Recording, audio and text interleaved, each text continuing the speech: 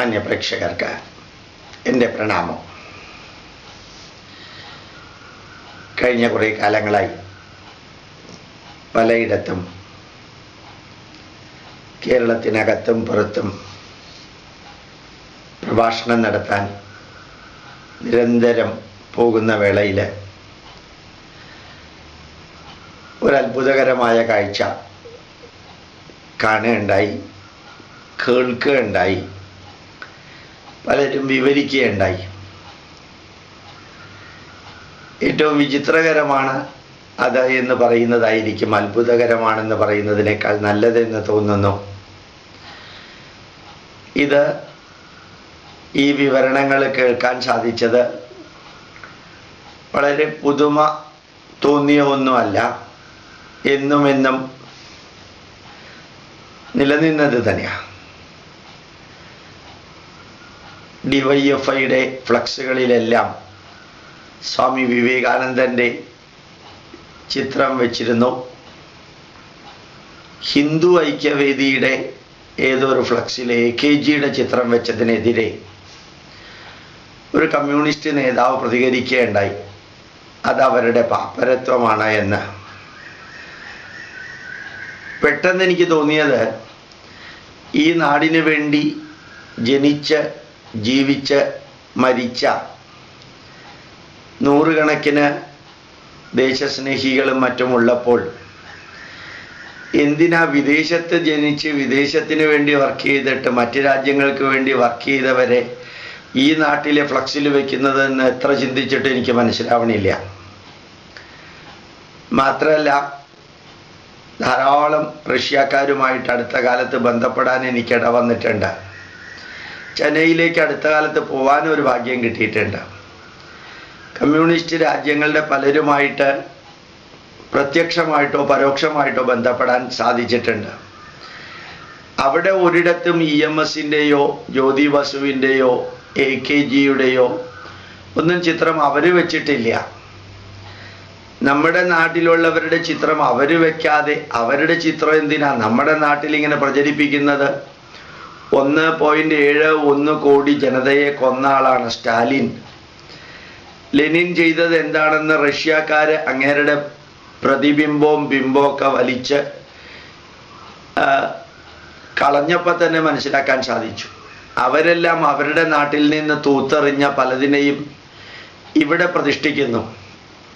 എന്നിട്ട് EM ശങ്കരൻ നമ്പൂതിരിപ്പാട് എന്ന മുഖ്യമന്ത്രി മാത്രമായിരുന്നു ഈ വിവേകാനന്ദ റോക്ക് മെമ്മോറിയലിന് ഒരു പൈസ പോലും തരില്ല എന്ന് പറഞ്ഞത്. വിവേകാനന്ദൻ വർഗീയവാദിയാണെന്ന് പറഞ്ഞത്.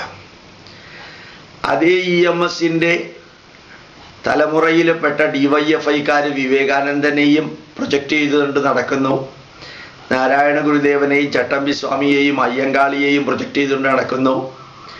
അവരത് പ്രൊജക്റ്റ് ചെയ്താൽ വർഗീയമല്ല, ബാക്കി ആര് പ്രൊജക്റ്റ് ചെയ്താലും വർഗീയമാണ്. ഒരു കോടതി ജയിലിൽ കിടക്കാൻ വേണ്ടി നിർദ്ദേശിച്ച വ്യക്തിയുടെ കൂട്ടത്തിൽ നിന്ന് ചായ കുടിക്കാനും ഫോട്ടോ എടുക്കാനും ഒരു വിഷമവും ഇല്ല. അത് ഏതെങ്കിലും രാഷ്ട്രീയക്കാരല്ല അദ്ദേഹത്തിനെ കർണാടക ജയിലിലിട്ടത്, അത് കോടതിയാണ്. ആ കോടതിയുടെ നിർദ്ദേശപ്രകാരം ഇട്ട വ്യക്തിയുമായിട്ട് ചായ കുടിക്കാനോ ബന്ധപ്പെടാനോ ഒരു വിഷമവും ഇല്ല. ഇവിടെയുള്ള കോൺഗ്രസ്സുകാരും കമ്മ്യൂണിസ്റ്റുകാരും ആ വ്യക്തിയെ ന്യായീകരിക്കാനും അവർക്കൊരു വിഷമമില്ല. അതുപോലെ കമ്മ്യൂണിസ്റ്റുകാർ എന്ത് 1ാം ക്ലാസ് മുതൽക്ക് അറബി പഠിപ്പിച്ചാലും, ഈ നാടുമായിട്ട് ഒരു ബന്ധമില്ലാത്തൊരു ഭാഷയാണ് അറബി, അത് പഠിപ്പിച്ചാലും അത് വർഗീയമല്ല.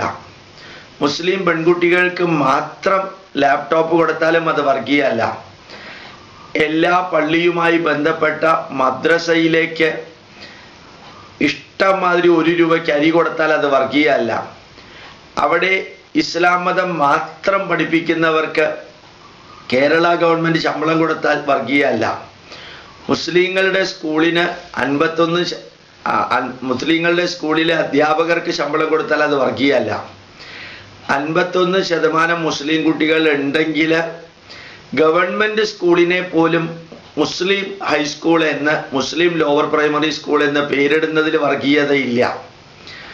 മുസ്ലിങ്ങൾ അവരവരുടേതായിട്ടുള്ള എഞ്ചിനീയറിംഗ് കോളേജും ബാക്കി എന്ത് കൊടുത്താലും ഒരു വർഗീയതയും ഇല്ല.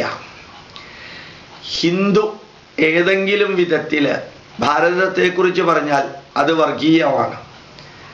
ഈ നാടില് ജനിച്ച് ഈ നാടിൽ വളർന്ന് ഈ നാടിൻ്റെ സംസ്കാരത്തിൻ്റെ അവകാശികളായ ഒരു ജനതയെ ആ നാട്ടിലുള്ള അതേ ജനതയുടെ ഒരു വിഭാഗം വിരൂപമായിട്ട് പറയുമ്പോഴാണ് വേദന തോന്നാറുണ്ട്. ചിലപ്പോൾ ഭാരത് മാതാ കി ജയ് എന്ന് പറഞ്ഞാൽ അത് RSS ആണ്. അവനവൻ്റെ രാഷ്ട്രത്തിനെ കുറിച്ച് നന്മ വരട്ടെ എന്ന് പ്രാർത്ഥിക്കുമ്പോൾ ആ രാഷ്ട്രത്തിലുള്ള ഹിന്ദുക്കളായ കമ്മ്യൂണിസ്റ്റുകാര്, ഹിന്ദുക്കളായ കോൺഗ്രസ്സുകാര്, മുസ്ലിങ്ങളുടെയും ക്രിസ്ത്യാനികളുടെയും വോട്ട് കിട്ടാൻ വേണ്ടി മാത്രം വ്യഭിചരിക്കുന്ന കമ്മ്യൂണിസ്റ്റുകാരും കോൺഗ്രസ്സുകാരും അവർക്ക് അവനവൻ്റെ നാടിനെ ഭാരത് മാതാ കി ജയ് എന്ന് പറഞ്ഞാൽ അത് RSS ആണ്. ഭാരതം മുഴുവനും നിരന്തരം നിലനിൽക്കുന്ന ഒന്നാണ്. ത്രേതായുഗത്തിലെ രാമന്റെ കയ്യിൽ വരെ രാഖി കെട്ടിയിട്ടുണ്ട്, കൃഷ്ണന്റെ കയ്യിൽ രാഖി കെട്ടിയിട്ടുണ്ട്. അങ്ങനെ ഒരു 5000 വർഷത്തെ പൈതൃകമുള്ള രാഖി കെട്ടിയാൽ, അത് കേരളീയർ കെട്ടിയാൽ അത് RSS ഹിന്ദു വർഗീയമാണ്. ഭാരതത്തിൻ്റെ പൈതൃകം സംസ്കൃതം പഠിക്കണമെന്ന് പറഞ്ഞാൽ അത് RSSന്റെ വർഗീയമാണ്.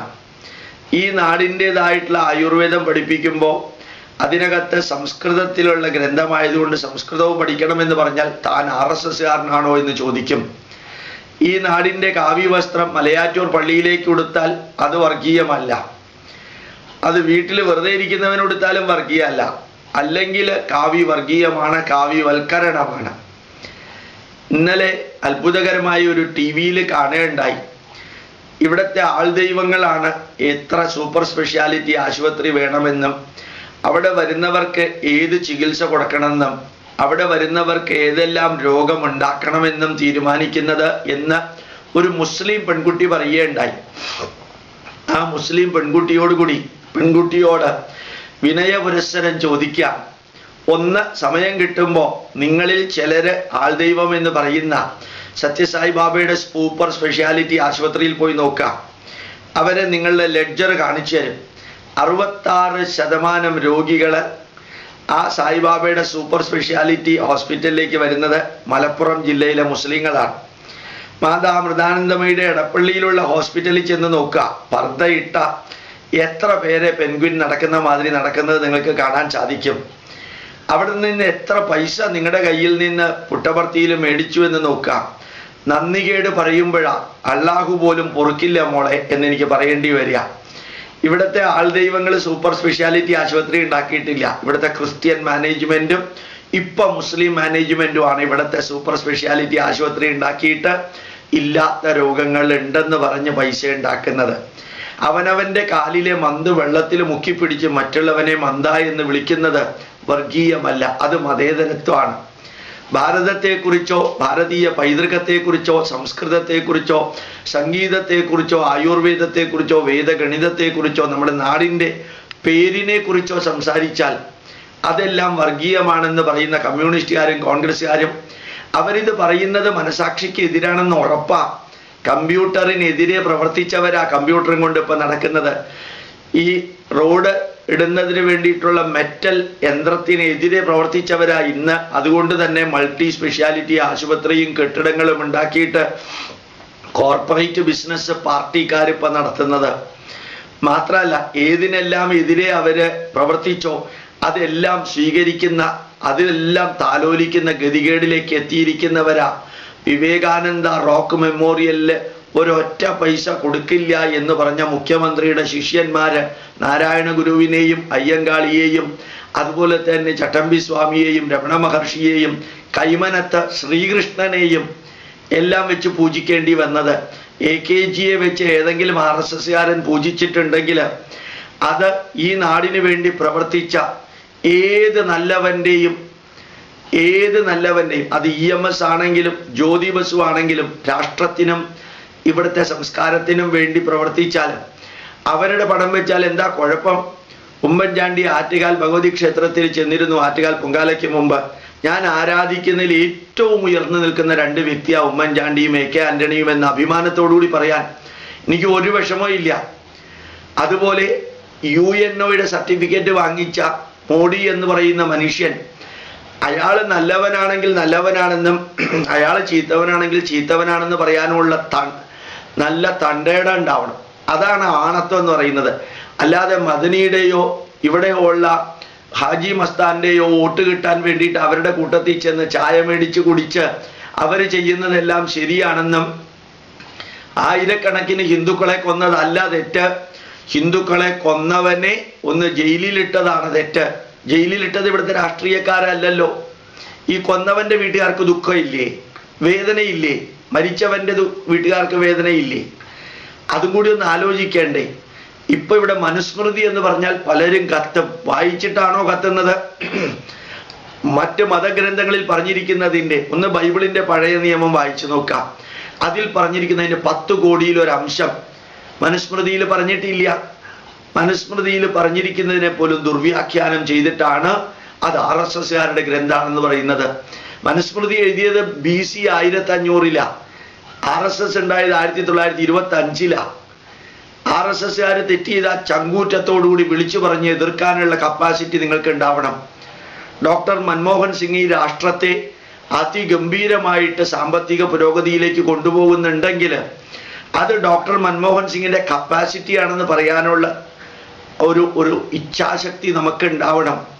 ഈ നാടിനെ നന്മയിലേക്ക് കൊണ്ടുപോയത് അച്യുതാനന്ദനാണെങ്കിൽ അച്യുതാനന്ദനാണെന്ന് പറയാനുള്ള ചങ്കൂറ്റം ഉണ്ടാവണം. ഇവിടെ കൂടംകുളത്തെ ഒരു ആറ്റമിക് റിയാക്ടറിനെതിരെ മുദ്രാവാക്യം വിളിച്ചു പോയി അവിടെ എത്തിയവര് ആറ്റമിക് റിയാക്ടർ റഷ്യയിലുണ്ടായതാണെങ്കിൽ നമ്മൾ സമരം ചെയ്യേണ്ട എന്ന് പറയുന്ന പാപ്പരത്വമാണ്. ഈ നാടിന്റെ ജനതയോടുള്ള അവരുടെ കടപ്പാടല്ലാതെ അത് റഷ്യയോടുള്ള കടപ്പാടാണ്. റഷ്യക്കാർ പറയില്ലല്ലോ ഇന്ത്യൻ പ്രോഡക്റ്റ് ആണെങ്കിൽ സമരം ചെയ്യേണ്ടെന്ന്. അപ്പോ നമ്മളുടെ മനസ്സിൽ എന്തെല്ലാമോ വെച്ച് ഈ നാട്ടിലുള്ള നാടുമായി ബന്ധപ്പെട്ട എന്തിനെ കുറിച്ച് പറഞ്ഞാലും അത് RSSന് വേണ്ടിയിട്ട് എന്തിനു വിട്ടുകൊടുക്കുന്നു? അതാണ് അത്ഭുതകരമായിട്ടുള്ള വസ്തുത. കാവ്യവസ്ത്രം ഈ നാടിന്റെ പൈതൃകല്ലേ? ആര് പറഞ്ഞു അത് RSSകാരുടെ പൈതൃകാണെന്ന്? ഈ നാടിലെ വന്ദേ മാതരം, ഈ നാടിലെ ഗോമാതാവ് എന്ന സങ്കല്പം, ഈ നാടിലെ ഗംഗാമാതാവ് എന്ന സങ്കല്പം, ഈ നാട്ടിലുള്ള സംസ്കൃത പഠനം, ഈ നാടിന്റെ ആയുർവേദം, ഈ നാടിൻ്റെതായ പൈതൃകത്തിന്റെ സർവ്വതും RSSകാരുടേതാണെന്ന് അവനവൻ തന്നെ വിളിച്ചു പറഞ്ഞ് എന്നിട്ട് അതിനെ മുഴുവനും RSSകാരുടേതായിട്ട് മുദ്രകുത്തുക. RSS ഉണ്ടായിട്ട് 10-80 വർഷമായിട്ടുള്ളൂ. ഭാരതം ഉണ്ടായിട്ട് 10,000 വർഷമായി. അതിനെതിരെ മുസ്ലിങ്ങളുടെ വോട്ട് കിട്ടാനും ന്യൂനപക്ഷത്തിന്റെ കയ്യടി വാങ്ങിക്കാനും വേണ്ടി പാപ്പരത്വം പറഞ്ഞുകൊണ്ട് പോകുന്നവർ തന്നെയാ ഇന്ന് കേരളം മുഴുവനും അമ്പല കമ്മിറ്റികളിൽ നിറഞ്ഞിരിക്കുന്നത്. ഇന്ന് പ്രാർത്ഥിക്കുന്നതും ശബരിമലയിൽ പോകുന്നതും അവർ തന്നെയാ. ഒരു വലിയ മുസ്ലിം നേതാവ് അടുത്ത കാലത്ത് പറയുകയുണ്ടായി, ശബരിമലയിൽ ചെന്ന് 2 ഭണ്ണാരം വെക്കുക, കോൺഗ്രസ്സുകാരുടെ ഭണ്ണാരം, കമ്മ്യൂണിസ്റ്റുകാരുടെ ഭണ്ണാരം. ഞാൻ പറയുന്നു വേണമെങ്കിൽ ഒരു BJPക്കാരുടെ ഭണ്ണാരവും വെക്കുക, 3 ഭണ്ണാരം വെക്കുക. എന്നിട്ട് അയാൾ പറയുകയാണ് കമ്മ്യൂണിസ്റ്റുകാരുടെ ഭണ്ണാരത്തിലായിരിക്കും ഏറ്റവും കൂടുതൽ പൈസ വീഴുന്നത് എന്ന് നിങ്ങൾക്ക് മനസ്സിലാവാന്ന്. ദൈവത്തിനെയും ഒരു അമ്പലം നശിച്ചാൽ അത്രയും അധികം അന്ധവിശ്വാസം ഇല്ലാതായി എന്നും പറഞ്ഞ് ചുമന്ന തുണിയും ഇട്ടുകൊണ്ട് നടന്നിരുന്നവര് എന്തേ ഇപ്പൊ ശബരിമലയിൽ പോകുന്നു? എന്തേ ഇപ്പോ ആരും കാണാതെ അമൃതാനന്ദമയുടെ അടുത്തേക്ക് പോകുന്നു? എന്തുകൊണ്ട് ഇപ്പോ മതത്തിന്റെ പ്രതീകമായിട്ടുള്ള കർദിനാളിന് സ്വീകരണം കൊടുക്കുന്ന മീറ്റിങ്ങിൽ അധ്യക്ഷം വഹിക്കുന്നു? അതേ പ്രതിപക്ഷ നേതാവ് കർദിനാളിനെ സ്വീകരിക്കുന്ന മീറ്റിങ്ങിൽ പുരസ്കാരം കൊടുക്കുന്നു. അവര് മതത്തിന്റെ പ്രതിനിധികളല്ലേ? അവരാരെ രാഷ്ട്രതലവന്മാരാ? അടുത്ത കാലത്ത് വേറൊരാൾ പറയുകയുണ്ടായി, നമ്മുടെ പോപ്പ്, ആരാധ്യനായ പോപ്പിന്റെ കീഴിലുള്ള ഇറ്റലിയിൽ നമ്മുടെ നാവികരെ വിട്ടുതടാനുള്ള ബോധം അവർക്ക് ഉണ്ടാവണത്. എന്തിയാ ഈ പോപ്പ് ഇപ്പൊ ആരാധ്യനായി? അയാൾ മതത്തിന്റെ പ്രതീകമല്ലേ? അവര് മതത്തിന്റെ പ്രതീകം അല്ലെങ്കിൽ ഈ RSSകാർ മാത്രമാണോ മതത്തിന്റെ പ്രതീകം? ഇവിടെ ശ്രീരാമനെ ആരാധിക്കുന്നത് പോലും RSSൻ്റെതായി മാറിയിരിക്കുന്നു. ശ്രീരാമനെ ഉണ്ടാക്കിയത് RSSകാരല്ല, ശ്രീകൃഷ്ണനെ ഉണ്ടാക്കിയതും RSSകാരല്ല. എന്തിനും ഏതിനും ഞാൻ എന്നും പറയാറുണ്ട്, കരുണാനിധി നന്മ ചെയ്താൽ കരുണാനിധിയെ നല്ലതാണെന്ന് പറയാനുള്ള ചങ്കൂറ്റം ഉണ്ടാവണം. ഇവിടെ കേരളത്തില് ONV കുറുപ്പിനെ ഞാൻ ആരാധിക്കുന്നു, ഇടതുപക്ഷക്കാരനാണെങ്കിൽ പോലും. അദ്ദേഹം ഈ രാഷ്ട്രത്തിന് വേണ്ടി നന്മ എഴുതിയ ആളാണ്. യൂസഫ് അലി കേച്ചേരി ശ്രീകൃഷ്ണനെയും ഭാരതത്തെയും നന്മ എഴുതിയ മനുഷ്യനാണ്. ഏത് കമ്മ്യൂണിസ്റ്റുകാരനാവട്ടെ, കോൺഗ്രസ്സുകാരനാവട്ടെ, BJPക്കാരനാവട്ടെ, രാഷ്ട്രത്തിന്റെ ചൈതന്യത്തിന് വേണ്ടി നിലനിൽക്കുന്ന വ്യക്തിയെ ബഹുമാനിക്കാനും ആദരിക്കാനും കപ്പാസിറ്റി ഉണ്ടാവണം. അടുത്ത കാലത്ത് ഇത് റെക്കോർഡ് ചെയ്യുന്നതിൻ്റെ മുമ്പിലത്തെ ദിവസം ഉമ്മൻചാണ്ടി ബ്രഹ്മകുമാരീസിൽ പോയിരുന്നു. അദ്ദേഹം പറഞ്ഞു, ഇവർ ചെയ്യുന്ന നന്മകളെ ഞാൻ മുക്തകണ്ഠം പ്രശംസിക്കുന്നു എന്ന്. സായിബാബയുടെ ആരാധകനെ പോലെയാണ് ഉമ്മൻചാണ്ടി സംസാരിക്കാറുള്ളത്. മാതാ മൃദാനന്ദമയുടെ അടുത്തേക്ക് AK ആന്റണി പോവുകയുണ്ടായി. അവർ ക്രിസ്ത്യാനി ആവട്ടെ അല്ല മുസ്ലിം ആവട്ടെ, അതെല്ലാം അവരവരുടെ പേഴ്സണൽ കാര്യങ്ങളാണ്. മതപരിവർത്തനത്തിന് വഞ്ചനാപരമായ രീതികൾ ഉപയോഗിക്കുമ്പോൾ മാത്രമാണ് എതിർക്കാറുള്ളത്. പക്ഷേ ആ ക്രിസ്തീയ മനസ്സിൽ ബൈബിള് പ്രകാരം ഞാനല്ലാതെ മറ്റൊരു ദൈവത്തെ നീ ആരാധിക്കരുത് എന്ന് യഹോവ പറയുന്നുണ്ട്. ആ യഹോവയുടെ നിർദ്ദേശം 21-ാം നൂറ്റാണ്ടിൽ പ്രാവർത്തികമാക്കാതെ ഈ ആറ്റുകാൽ ഭഗവതി ക്ഷേത്രത്തിന് മുമ്പിൽ തൊഴുതുകൊണ്ട് നിൽക്കുന്ന ഉമ്മൻചാണ്ടിയുടെ പടം കണ്ടപ്പോൾ എനിക്ക് തോന്നി, ഇതുപോലെയുള്ള മുഖ്യമന്ത്രിമാരാ ഭാരതത്തിന് വേണ്ടത്. അദ്ദേഹം ഏത് മതത്തിൽപ്പെട്ടവനാവട്ടെ, ഈ രാഷ്ട്രത്തിൻ്റെ നന്മയ്ക്ക് വേണ്ടി പ്രവർത്തിക്കുക, ഈ ധർമ്മത്തിൻ്റെ പൈതൃകത്തിൻ്റെ നന്മയ്ക്ക് വേണ്ടി പ്രവർത്തിക്കുക.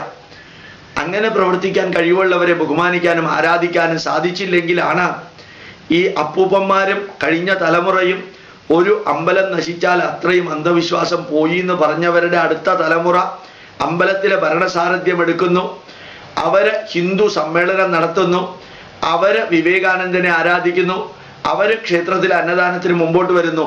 ചോദിച്ചാൽ അവർ പറയും ഞങ്ങൾ DYFIക്കാരാന്ന്.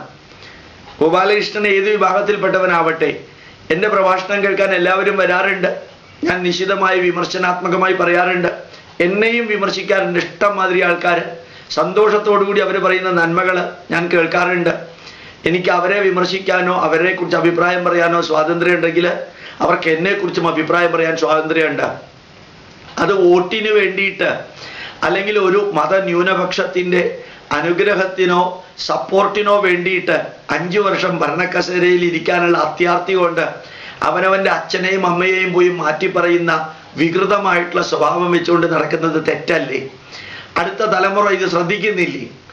എത്ര ഇടതുപക്ഷക്കാരാ പാലക്കാട് പ്രഭാഷണം സ്പോൺസർ ചെയ്യുകയും അല്ലെങ്കിൽ കൂട്ടത്തിൽ വന്ന് കേൾക്കുകയും ചെയ്യുന്നത്.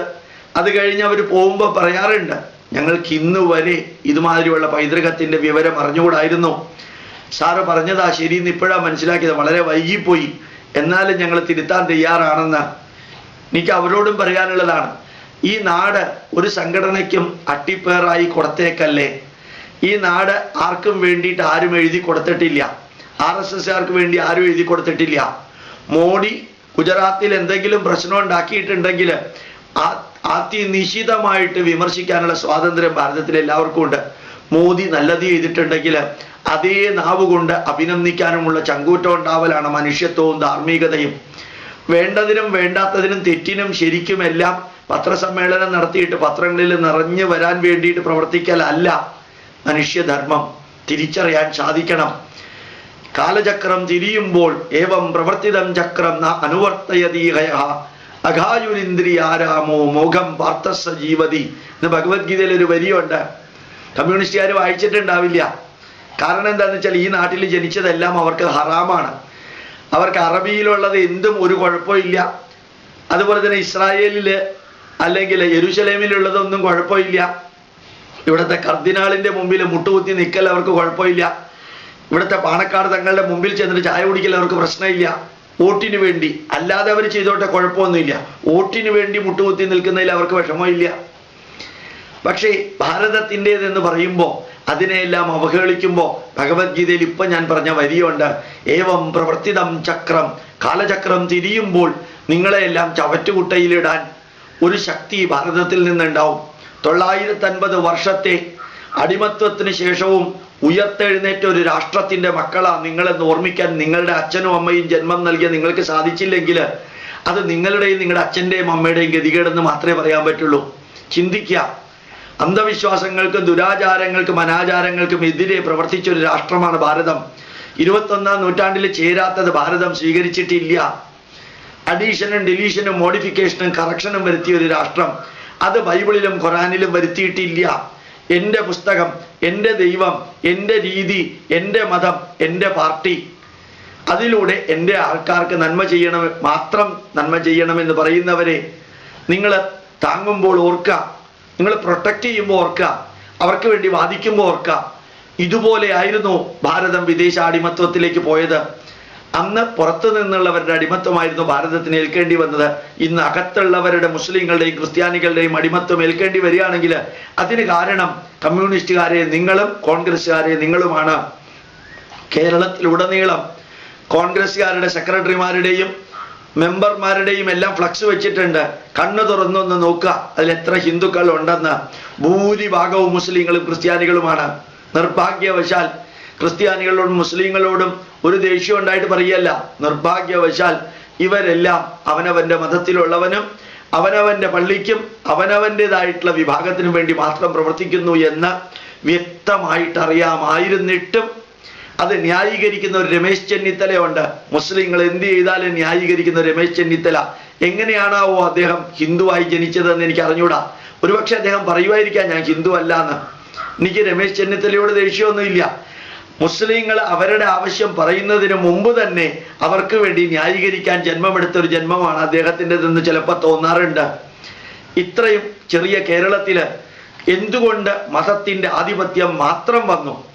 ആ മതത്തിൻ്റെ ആധിപത്യം മാത്രം നിലനിന്നിട്ടും അവരെ വർഗീയവാദികൾ എന്ന് പറയാതെ ഒരൊറ്റ MLA പോലും ഇല്ലാത്ത, അല്ലെങ്കിൽ ഒരൊറ്റ സംഘടനാ ശക്തിയുടെ പ്രഭാവം തെളിയിക്കാൻ സാധിക്കാത്ത ഒരു വിഭാഗത്തിനെ വർഗീയമെന്ന് പറഞ്ഞ് ഒരു ചെറിയ പട്ടിയെ തല്ലുന്ന മാതിരി ഇങ്ങനെ തല്ലി, കാവ്യ അവരുടേതാണ്, മനുസ്മൃതി അവരുടേതാണ്, വേദം അവരുടേതാണ്, സംസ്കൃതം അവരുടേതാണ്, ആയുർവേദം അവരുടേതാണ്, അതുകൊണ്ട് ഇതൊന്നും പഠിക്കരുതെന്ന് പറഞ്ഞ് നടക്കാം.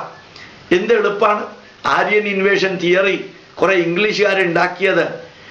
നിങ്ങളും ഇന്ത്യക്കാരായ നിങ്ങളും പുറത്തുനിന്ന് വന്നവരാണ്, ഞങ്ങളും പുറത്തുനിന്ന് വന്നവരാണ്. അതുകൊണ്ട് ഇന്ത്യ എന്ന രാജ്യം പുറത്തുനിന്ന് വന്നവർക്ക് ഒരുമിച്ച് പങ്കുവെക്കാൻ വേണ്ടിയിട്ടാണ് ആര്യൻ ഇൻവേഷൻ തിയറി ഉണ്ടാക്കിയത്. അതിനേക്കാൾ നീചവും നികൃഷ്ടവും നിന്ദ്യവുമായ രീതിയിലാണ് ഇപ്പൊ ഇവിടുത്തെ കോൺഗ്രസ്സുകാരും കമ്മ്യൂണിസ്റ്റുകാരും RSSൻ്റെതാണ് ഭാരതീയ പൈതൃകം എന്ന് പറഞ്ഞ് മുദ്ര കുത്തി അവനവൻ പഠിക്കണം എന്ന് തോന്നൽ പോലും ഇല്ലാതെയാക്കിയത്. വിദേശത്തുള്ളത് ഒന്നും അവർക്ക് പ്രശ്നമല്ല. ചെഗുവേര പ്രശ്നമല്ല, ലെനിൻ പ്രശ്നമല്ല, സ്റ്റാലിൻ പ്രശ്നമല്ല, ഏംഗൽസ് പ്രശ്നമല്ല. ഒന്നുകൂടി ചോദിക്കട്ടെ, ത്രേതായുഗത്തിൽ എഴുതിയ രാമായണം ഇന്നും ആൾക്കാർ വായിക്കണില്ലേ? ദ്വാപരയുഗത്തിൽ എഴുതിയ ഭാഗവതം ഇന്നും ആൾക്കാർ വായിക്കുന്നില്ലേ? എന്തേ 90 വർഷങ്ങൾക്ക് മുമ്പ് എഴുതിയ ദാസ് ക്യാപിറ്റലും കമ്മ്യൂണിസ്റ്റ് മാനിഫെസ്റ്റോവും ആൾക്കാർ വായിക്കാത്തത്? ഒരു കമ്മ്യൂണിസ്റ്റുകാരോട് ചോദിക്കുക എത്ര പേജ് വായിച്ചിട്ടുണ്ടെന്ന്. EM ശങ്കരൻ നമ്പൂതിരിപ്പാട് എഴുതിയ പുസ്തകം എത്ര പേര് ഇപ്പോൾ വായിച്ചിട്ടുണ്ട്? ഈ കഴിഞ്ഞ പതിറ്റാണ്ടിലോ നൂറ്റാണ്ടിലോ എഴുതിയത് പോലും വായിക്കാൻ ആൾക്കാരില്ല. സഹസ്രാബ്ദങ്ങൾക്ക് മുൻപ് എഴുതിയത് ഇന്നും 10,000-കണക്കിന് വീടുകളിൽ വായിക്കുന്നു. എന്താ കാര്യം? കാലചക്രം തിരിയുമ്പോൾ ചവറ്റുകൊട്ടയിലേക്ക് ഇടേണ്ടതിനെ ചവറ്റുകൊട്ടയിലേക്ക് ഇടും, അല്ലാത്തതിനെ കാലം നിലനിർത്തും. ഭാരത് മാതാ കി ജയ് എന്ന് പറയാൻ വാഗ ബോർഡറില്, ഇന്ത്യ പാകിസ്ഥാൻ ബോർഡറിലെ സോൾജിയേഴ്സിന് സാധിക്കുമെങ്കിൽ ഭാരതം എന്ന രാഷ്ട്രത്തെ അഭിമാനിക്കാനും ബഹുമാനിക്കാനും ആദരിക്കാനും RSSകാര് ബഹുമാനിക്കുന്നത് കൊണ്ട് ഞങ്ങൾ ബഹുമാനിക്കുന്നില്ലെന്ന് പറഞ്ഞാൽ അപ്പൊ അവനവന്റെ മാതൃഭൂമിയും പിതൃഭൂമിയും കർമ്മഭൂമിയും ജ്ഞാനഭൂമിയും ഏതാണെന്നും അച്ഛനും അമ്മയും ആരാണെന്നും കൂടി ചോദിക്കേണ്ടി വരും. അത് സത്യമാണ്, ഫാക്ച്വൽ ചോദ്യമാണത്.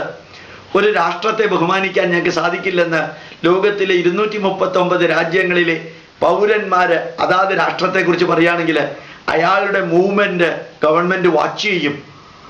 ഈ നാട്ടിൽ മാത്രം എത്ര ബോംബ് വെച്ചാലും, ബോംബ് വെക്കുന്നവന്റെ കൂട്ടത്തിൽ നിന്നാലും, എത്ര ഹിന്ദുക്കൾ മരിച്ചാലും യാതൊരു പ്രശ്നവുമില്ലാത്ത ഹിന്ദുക്കൾ മാത്രമടങ്ങിയ കമ്മ്യൂണിസ്റ്റ് പാർട്ടിയിലെ ജനതയെയും, അതുപോലെ 1/3 താഴെ ഹിന്ദുക്കളുള്ള കോൺഗ്രസ്സുകാരോട് പറയുന്നു, നിങ്ങൾ ഇന്ന് ചെയ്യുന്നതും ഇന്നലെ ചെയ്തതും നാളത്തെ ദുഃഖത്തിന്, നാളത്തെ ഈ രാഷ്ട്രത്തിന്റെ ദുഃഖത്തിന് കാരണമാകും. ഇവിടുത്തെ കാവ്യം, ഇവിടുത്തെ ഭാഗവതവും, ഇവിടുത്തെ സംസ്കൃതവും, ഇവിടുത്തെ ആയുർവേദവും, ഇവിടുത്തെ വേദവും, ഇവിടുത്തെ യോഗയും, ഇവിടുത്തെ വേദഗണിതവും, ഇവിടുത്തെ സംഗീതവും, ഇവിടുത്തെ നൃത്യങ്ങളും നിങ്ങൾ RSSകാരുടെ പേരിൽ എഴുതി കൊടുക്കല്ലേ. അത് നിങ്ങളുടെയും ഇവിടുത്തെ ക്രിസ്ത്യാനിയുടെയും ഇവിടുത്തെ മുസ്ലിമിൻ്റെതുമാണ്.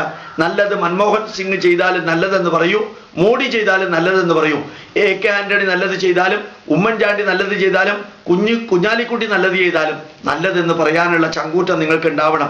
അത് ജയലളിതയാവട്ടെ, അത് ചന്ദ്രബാബു നായിഡു ആവട്ടെ, അതല്ല ലോകത്തിലെ ഏത് മനുഷ്യനുമാവട്ടെ, നന്മകൾ നന്മകളായിട്ട് പറയാനും തിന്മകൾ തിന്മകളായിട്ട് പറയാനും രാഷ്ട്രത്തെ ഒരു സംഘടനയ്ക്ക് വേണ്ടി മാത്രം ഒറ്റിക്കൊടുക്കാനും വേണ്ടി ശ്രമിക്കാതെ, രാഷ്ട്രം നമ്മുടെ എല്ലാവരുടെയുമാണ്, സനാതന ധർമ്മം നമ്മുടെ എല്ലാവരുടെയുമാണ്, ലോകത്തിലെ 122 രാജ്യങ്ങൾ ക്രിസ്ത്യൻ രാജ്യങ്ങളാ, 69 രാജ്യങ്ങൾ മുസ്ലിം രാജ്യങ്ങളാ.